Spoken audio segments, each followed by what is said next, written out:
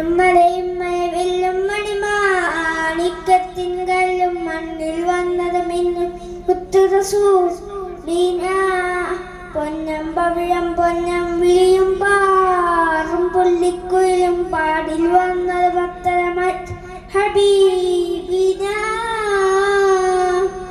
മഞ്ഞും മലയും മഴവില്ലും മണിമാണിക്കത്തിൻ കല്ലും മണ്ണിൽ വന്നത് മിന്നും മുത്തുറസൂലീന പൊന്നം പവിഴം പൊന്നം വിളിയും പാറും പുള്ളിക്കുയിൽ പാടിൽ വന്നത് ഭക്തരമറ്റ ഹബീബിന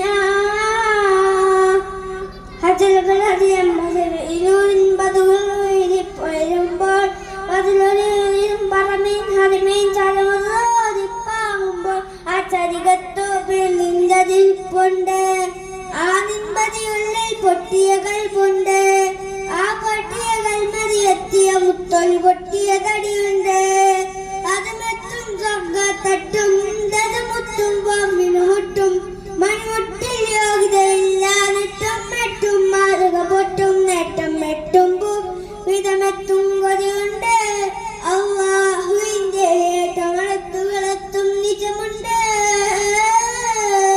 മഞ്ഞും മലയും മഴവില്ലും മണിമാണിക്കത്തിൻ കല്ലും മണ്ണിൽ വന്നത് മിന്നും മുത്തുറസൂലീന പൊന്നും പവിഴം പൊന്നും വിളിയും പാറും പുള്ളിക്കുയിലും പാടിലും പത്തരമറ്റ ഹബീബിന. അസ്സലാമു അലൈക്കും. ആദരവ്, ബഹുമാനം എന്നിവയെ കുറിച്ച് 2 വാക്ക് പറയാനാണ് ഞാൻ നിങ്ങളുടെ മുന്നിൽ നിൽക്കുന്നത്. പ്രിയപ്പെട്ടവരെ, സ്വർഗത്തിലെ എല്ലാ സുഖങ്ങളും അനുഭവിച്ചു കഴിഞ്ഞിരുന്ന ഒരാളായിരുന്നല്ലോ ഇബ്ലീസ്. ഇബ്ലീസിനെ അള്ളാഹു പുറത്താക്കി.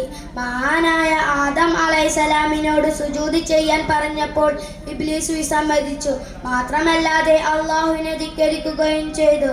പ്രിയപ്പെട്ട കൂട്ടുകാരെ, ഇതിൽ വളരെ ഏറെ പാഠമുണ്ട്. അതായത് അനുസരണം അനുകരിക്കാത്തവൻ എത്ര ഉന്നത സ്ഥാനത്ത് എത്തിപ്പെടാൻ നോക്കിയാലും അവന്റെ സ്ഥാനം കുറയുമെന്നുമാണ് അതിന്റെ അർത്ഥം. നമ്മുടെ മാതാപിതാക്കളും ഗുരുക്കന്മാരും മുതിർന്നവരും തുടങ്ങിയ എല്ലാവരോടും നാം മര്യാദ കാണിക്കേണ്ടതുണ്ട്. എങ്കിൽ മാത്രമേ നമുക്ക് നമ്മുടെ ഉന്നത സ്ഥാനത്ത് എത്തിപ്പെടാൻ കഴിയുകയുള്ളൂ. പലപ്പോഴും നമ്മൾ ചീത്ത കൂട്ടുകാരോടൊപ്പം കൂട്ടുകൂടി മുതിർന്നവരെ ചീത്ത വിളിക്കുകയും ഗുരുക്കന്മാരെ അനുഗ്രഹിക്കാതിരിക്കുകയും ചെയ്യും. അത് അള്ളാഹുവിന് ഒരിക്കലും ഇഷ്ടമില്ലാത്തതാണ്. അള്ളാഹുവിന് ഒരിക്കലും ഇഷ്ടമില്ലാത്തതാണ്. അള്ളാഹു നമ്മളെ